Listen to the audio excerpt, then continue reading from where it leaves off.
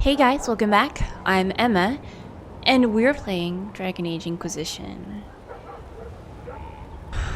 Here we are in our room, which we just discovered last time, after chatting with Solus. We should probably go finish up our conversation with. I'd forgotten how nice this place was. You know, I'm not sure I've ever seen the mural.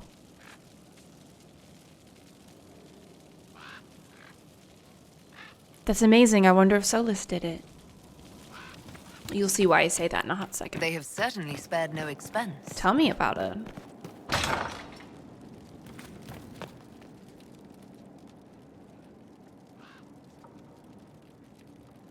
Is that a Templar flag?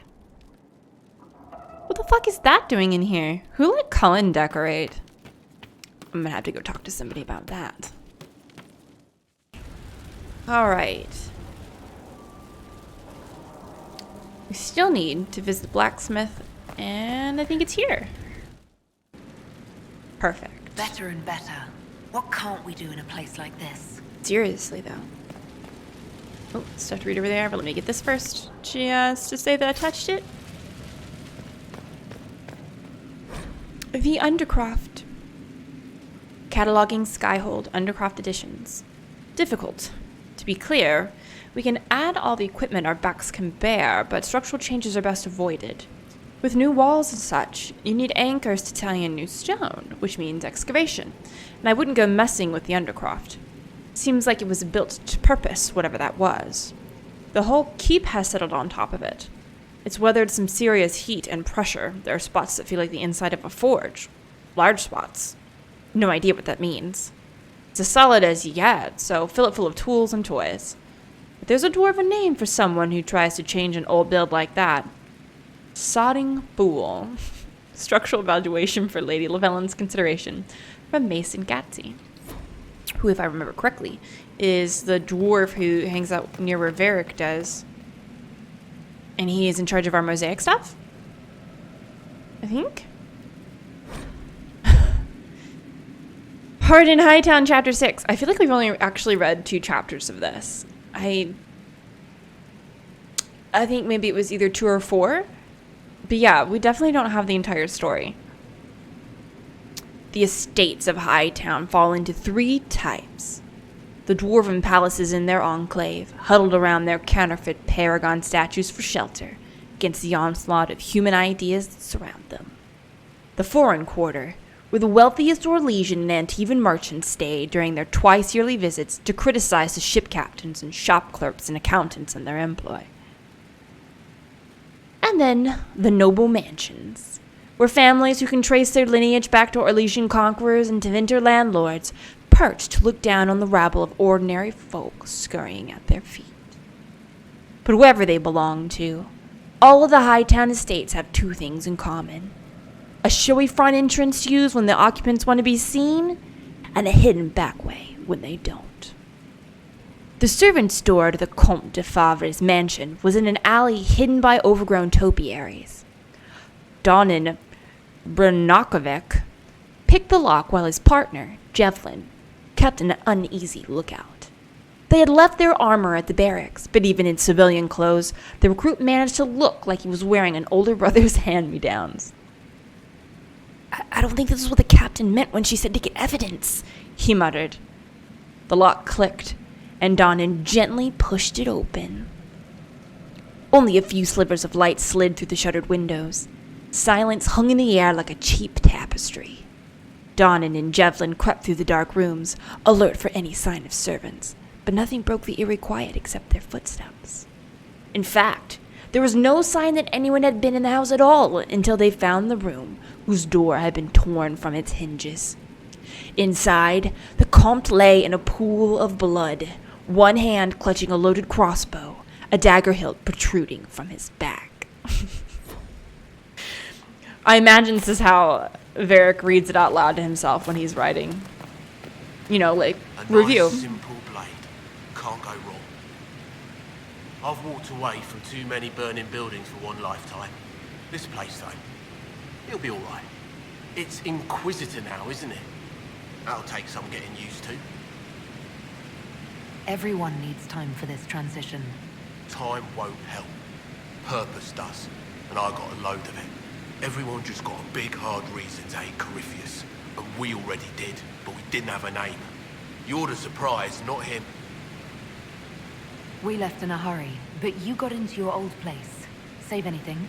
Family hammer. It's as stupid as it sounds. It's good to be back at work. You've got it all up and running. Your basics, like always. There's space here for, I don't know what. This place was built for something big. It'll be a job to fill it. How is this place shaping up as a forge? Better than Haven ever could be. Not the way I wanted an upgrade, but ever forward. It's fair. I'll be back later. I'll be here. All right. This place is just stupid beautiful. All right. Ooh, can do the Dalish. Why not? I think, yeah. I'm not honestly sure how to get all of these. Like, are they just things that you find in the wild? I never really concerned myself with this my first playthrough. I just didn't really have any allegiances. It didn't really affect the story. So I just didn't really care. Not that. Not that. Yeah, let's do Inquisition windows. Alright. Cool. I didn't even know it was a quest. I just wanted to make things pretty. Ooh. Okay. We'll have to come back at some time and do those. Oh, we can buy and sell from here. We can tint our armor. Can I tint this armor? No. It's okay. I'll play with all that off screen, you guys. Unless you want to watch me piddle around. You let me know. Alright, I'm not going to do judgment stuff right now. That's our quarters. This is the war room. So, oh, well, first let's read this. Construction report, request to fight. Workers finishing the banner placements are requesting more important tasks.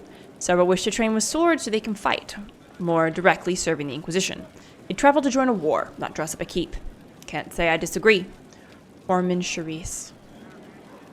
Our enemy cut a hole in the sky seen everywhere. We look upon it from below, but it need not humble us. We may fight because we are many. We are many because the Inquisitor inspires. The Inquisitor inspires because of her growing legend. Part of this legend is what the masses find on arrival. That is the job of your workers, not vanity, but veneration. Not impulse, but elevation. Their skill as workers is greater threat to the enemy than their number and half-trained soldiers. Lady Montilier. She's not wrong. And that was pretty masterfully done. I feel like... Oh, I don't want to go upstairs necessarily just yet. Let's explore the first floor. She is just PR for the Inquisition. That's what she is. Committed to independence, I hear. Okay. Construction report. Death on the wall. One of our finishers, Garen, fell from the scaffold and landed on a paving stone. Poor thing. He still had breath for an hour, but his eyes were still. He died, and the Chantry sisters wrapped him. What should we do? Foreman Charisse. Have them commit his body with those we have lost since Haven. I will record his sacrifice for the Inquisition. Move his fellow workers to another site, and allow them time off with pay if they request. Ensure that all workers do their jobs safely. We are in a war, not a race. Rushing does no good if we harm ourselves. We are all the Inquisition. Lady Montilier. Shame. Away with words, too. Shame.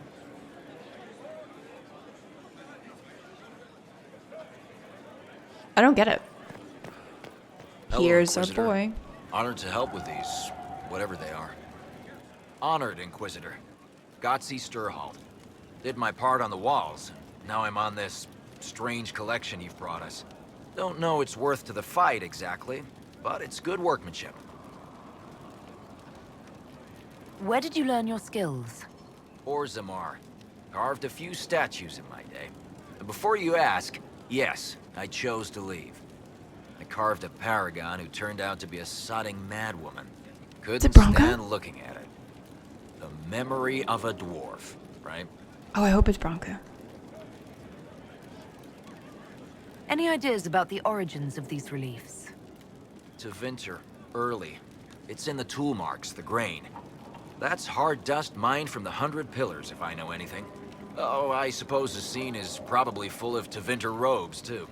The 100 Pillars? Damnedest things.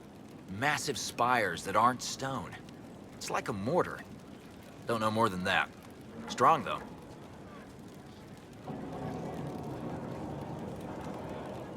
Do you have insight into the stories these tiles are supposed to depict?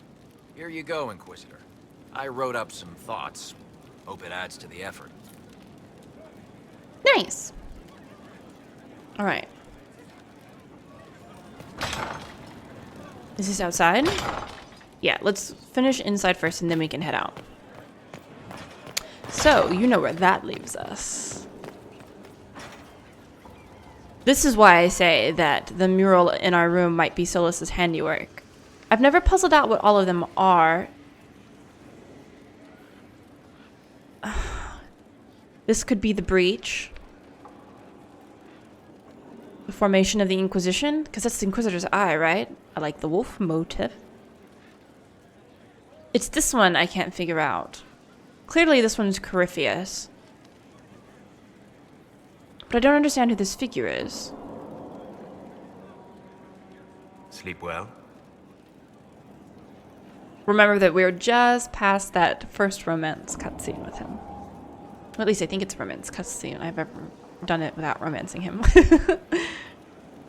I've never done anything like that before. On a number of levels. I apologize. The kiss was impulsive and ill-considered, and I should not have encouraged it. So I've done at least 2 of these before. The second one is such gold. I want to do the third one, but I don't remember the last time I saved. God damn it. I really want to, though. You did kiss me back. If I'm pressuring you... No, you're not. I am perhaps pressuring myself. It has been a long time, and things have always been easier for me in the Fade. I am not certain this is the best idea. It could lead to trouble.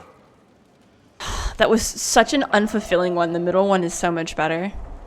So what she does is he says the line that kiss was ill-considered, whatever. And she says, oh, well, you're the one who started in with tongue. And he goes, what? I didn't. And she goes, oh, is it only real if it's Fade tongue? Or something to that effect. It's really cute. She just calls him the fuck out, and it's so good. Well, clearly we know what I'm doing here. I'm willing to take that chance, if you are.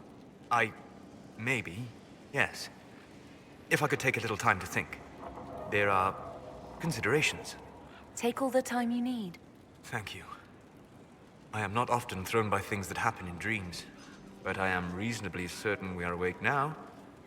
And if you wish to discuss anything, I would enjoy talking. Me too. I need to know more about Corypheus. We spoke of this on our travels to Skyhold. What more can I tell you? Cassandra and Varric seem more familiar with their adversary. You've given me good counsel before. I could use some now. My apologies, Inquisitor. My poor manners shame me. I claim no secret wisdom, but I will guess as best I can. What do you think Corypheus will do next? You shamed him when you destroyed Haven. Spoiled his glorious victory. It would be worse to acknowledge that you had done so. He must continue on his course or show weakness. He will return to his plans to throw Olay into chaos, and then conquer it for Tevinter. You're sure that's what he'll do? As certain as is possible, assuming I can plausibly predict a man who seeks to rise to godhood. And can you? The key is understanding this. No real god need prove himself. Anyone who tries is mad or lying. His deception will undo him, as it has done countless fools before.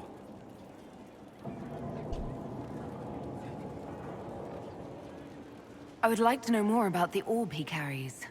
As I said, that must be the means by which he created the breach. I suspect the blast that destroyed the Conclave was more accident than anything. The result of unlocking power that had sought release for ages.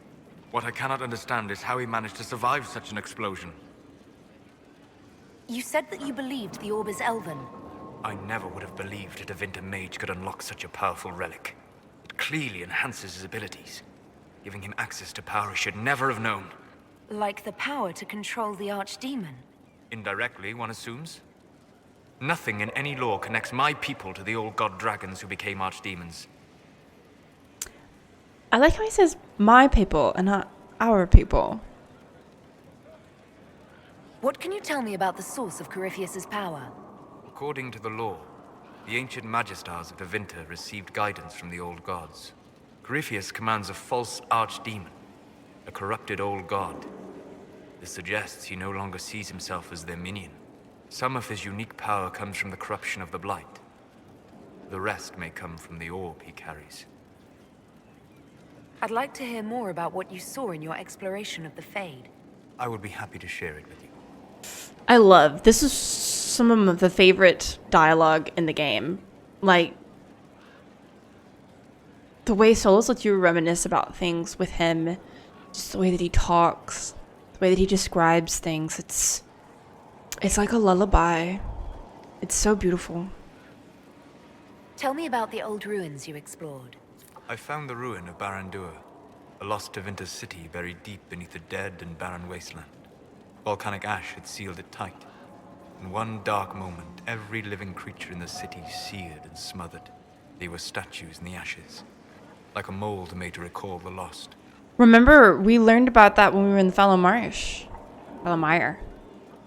They had the codex entry on Barandur, and he saw what happened to it. How fascinating. See, this is why you read codex entries, ladies and gentlemen and MBs. Tell me about a spirit you encountered. I met a friendly spirit who observed the dreams of village girls as love first blossomed in their adolescence. With subtlety, she steered them all to village boys with gentle hearts, who would return their love with gentle kindness. The matchmaker, so I called her. That small village never knew its luck. How beautiful. Tell me about the old memories you found in the Fade. I saw a savage human horde go marching toward the battlefront. They sang a soldier's hymn to keep formation. The primal music shook the ground. These savage, unwashed warriors carried harmonies no chantry choirs mastered. Though their cause was all but hopeless, they sang songs that made the spirits weep. We'll talk later. Goodbye. I love you. Favorite character, ladies and gentlemen. Okay, don't want to go outside just yet. Where we came in. So let's head upstairs.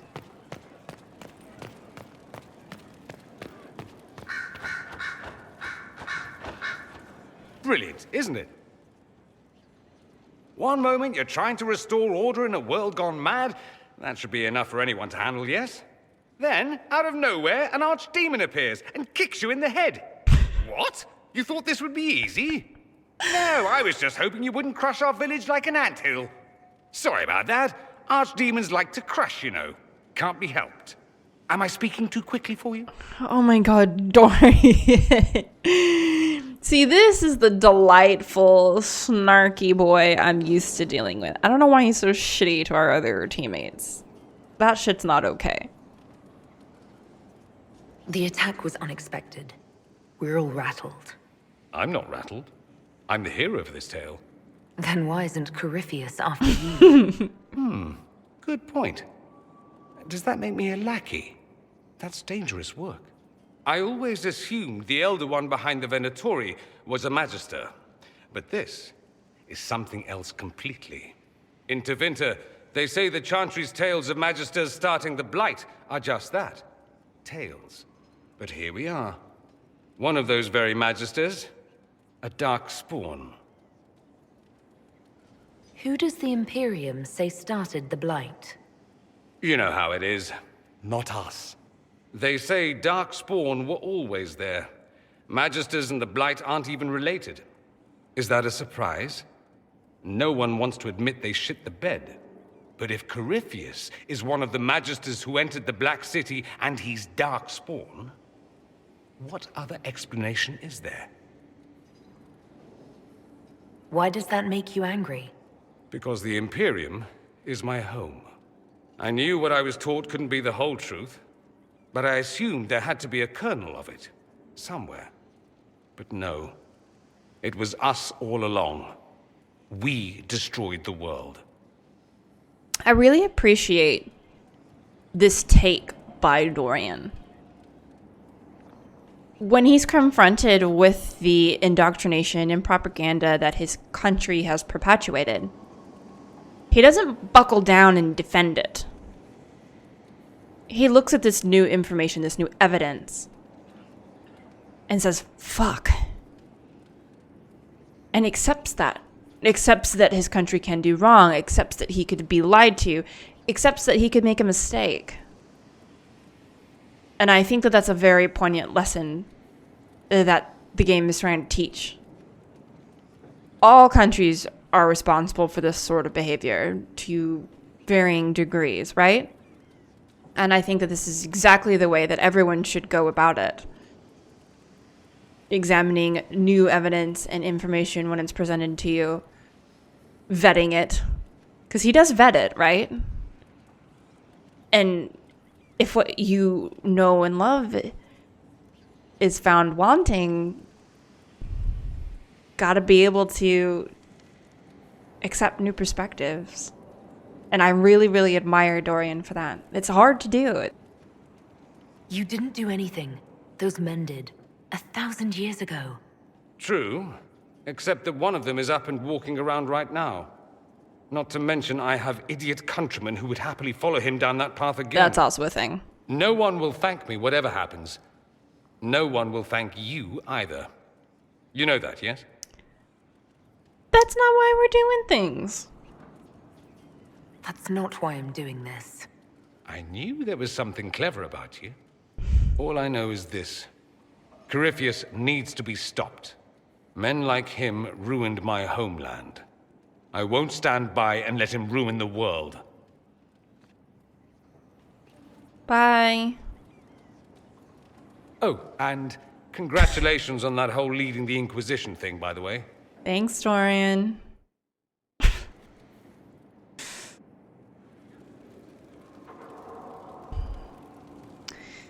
God, he's such a sass master.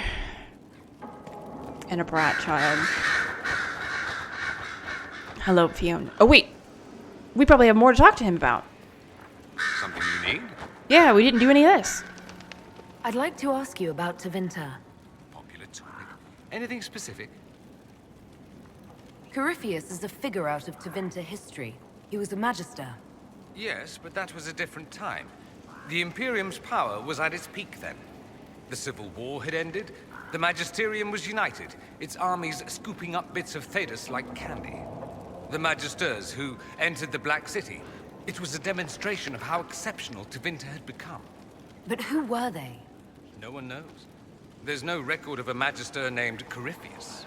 All this happened 1400 years ago, before the Blight nearly wiped us out. There are no records. Today, people half believe it's all just a story. That's what I believed. We have evidence the story is very much real. But not who Corypheus is. If he even remembers. There used to be families who claimed some of those Magisters as their own. That stopped when the Chantry appeared. Then it was shameful, and the families distanced themselves from the tale. All we know is that some men and women entered the Black City looking for the old gods. What did they find? According to Corypheus, nothing. And only he could tell us more. That's all I wanted to know. Fair enough. I should go. Naturally. Bye, Dorian. Now for Fiona. Greetings, Inquisitor. That is your title now, yes? I should thank you. The way things ended in Redcliffe you could have demanded anything you wished. Yet you chose to make us equal partners. I was not expecting that. You rebelled for good reason. I'm pleased to hear you say that, Inquisitor. I've been a Grey Warden, Grand Enchanter, leader of a rebellion, and now I am none of those things. Odd where fate takes you, as you're no doubt well aware. You were once a Grey Warden. Mine is an unusual circumstance, Inquisitor. Normally one is part of the Order until death. But long ago I found myself stripped of what made me a Warden. They tried to reinitiate me, but nothing worked. Nor could they figure out how it happened. So I was sent to the Circle of Magi, the first Warden ever to be kicked out. Quite the achievement. Poor thing. Could you imagine, though? Because basically what's going on is somehow the taint became either nullified, ineffective, it was rendered useless somehow, or just decided to stop working, so she couldn't detect darkspawn, etc. But that also means she's not subject to eventually going insane because of it either. And so I'm sure that didn't put her in a good spot with her friends. That's rough. You sound happy about it. Becoming a Warden seemed like a dream when I was first conscripted. Towards the end, however, my brothers and sisters, they felt I had somehow cheated death. I was glad to leave. It also made me unique in the Circle. I had an opportunity to do more than I ever could as a Warden. Oh, can you imagine people that you started your journey with and eventually some of them becoming so resentful and or bitter that they just don't want to associate with you anymore because you're not consigned to the same curse that they are, more or less. And not because she did anything in particular, at least that I'm aware of. I don't know why she's immune. I'm not sure she knows, honestly.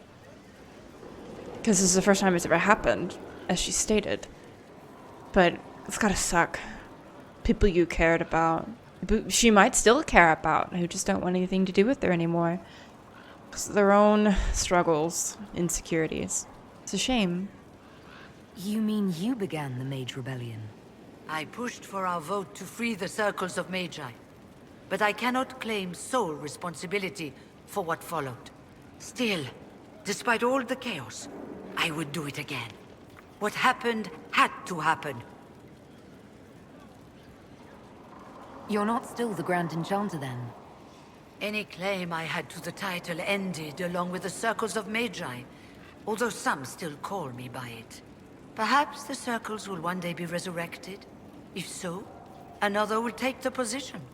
Until that time, I lead my fellow mages by default. I will do what I can for them. You believe they'll recreate the Circle of Magi after all this? It depends on who the next divine is, and what she offers. We can't go back to the way things were. But endless warfare benefits no one. That is why I agreed to Justinia's conclave. There must be another solution. I've been meaning to ask, how exactly did the Venatori take control in Redcliffe? Mages constantly found their way to us while we were there. Stragglers, most of them strangers. I had no way of knowing some were actually Tevinter. They spread whispers, encouraged talk of an alliance, and we were desperate. I'm not proud of our choice, but we were certain Templars were coming. It could have ended far worse. I trust everything is well with the mages. Most are pleased with the alliance, even if we wonder what will happen next. That's fair. It's gotta be scary to be unsure of your future in that way. I'll leave you to it. Before you go, Inquisitor, a question. In Redcliffe, after we left, did you perhaps speak with King Alistair? Considering who you are? He wasn't in the mood to talk. It's just that I knew his father, Marek, back when I was a warden. Please let me introduce them. You want me to smooth things over with him? Introduce you? No. It's too late for that. I only wanted to know if he was happy. His father had such hopes for him. Don't mind me, Inquisitor. The concerns of an old woman. Nothing more. How wholesome is that? That she doesn't necessarily want to be introduced. She doesn't want to intrude or impede. But she just wants to make sure that he's happy. Oh. Fiona, that was very sweet. Ugh. Alright. It's probably a good point to leave off on then a nice sweet note. Alright guys, we're going to continue our exploration. We've got one more level of this building and then we got to do the gardens. And then I think we can head outside and start looking around there. Alright guys, you know the drill. I hope you have a wonderful rest of your day. And I will see you next time.